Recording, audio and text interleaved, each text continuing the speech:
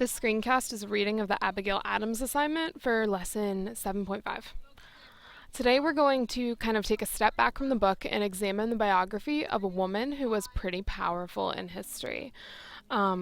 We've talked a lot about the men who first formed America and worked with America, but Abigail Adams actually had a pretty big role as well. So, as you read the biography below, think about how Abigail Adams' desire to communicate with her husband recorded history at the same time. So, why she made history. Abigail Adams was an early supporter of women's rights. She wrote many letters to her husband, President John Adams, which described what society was like during that time.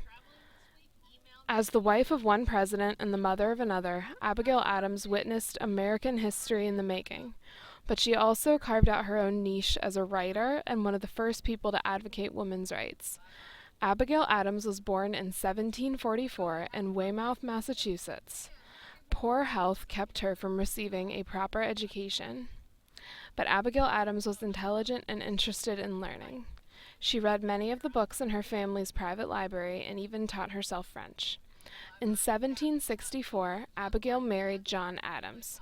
During the 1770s, she spent a lot of time away from home, participating in the fight for independence. Abigail Adams, who stayed home to raise their 4 children and run the family farm, began writing many letters to her husband. She also wrote to other leaders of the Revolution, including Thomas Jefferson. Abigail Adams was well versed in literature, history, and political philosophy. Her letters influenced these leaders as well as expressed her ideas and feelings about life in the newly born nation. While her husband was attending the Continental Congress of 1776, Abigail Adams wrote, "I desire you would remember the ladies, be more generous and favorable to them than your ancestors were." During this time, women had very few rights. Nationwide women's suffrage would not occur until 1920. John Adams, who was the first vice president, became president in 1797. He and Abigail and their children became the first presidential family to live in the White House in 1800. Her intelligence and personality earned Abigail Adams a reputation as one of the most distinguished and significant first ladies in American history. John Quincy Adams, Abigail's and John's eldest son, returned to the White House when he was elected president in 1824. Many of the letters Abigail Adams wrote to her husband and others were later published by her grandson.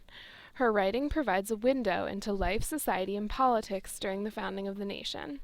The letters illustrate what it was like to be a woman, a wife, and a mother in 18th century America. They reveal her interest in politics, her intelligence, and her avid patriotism.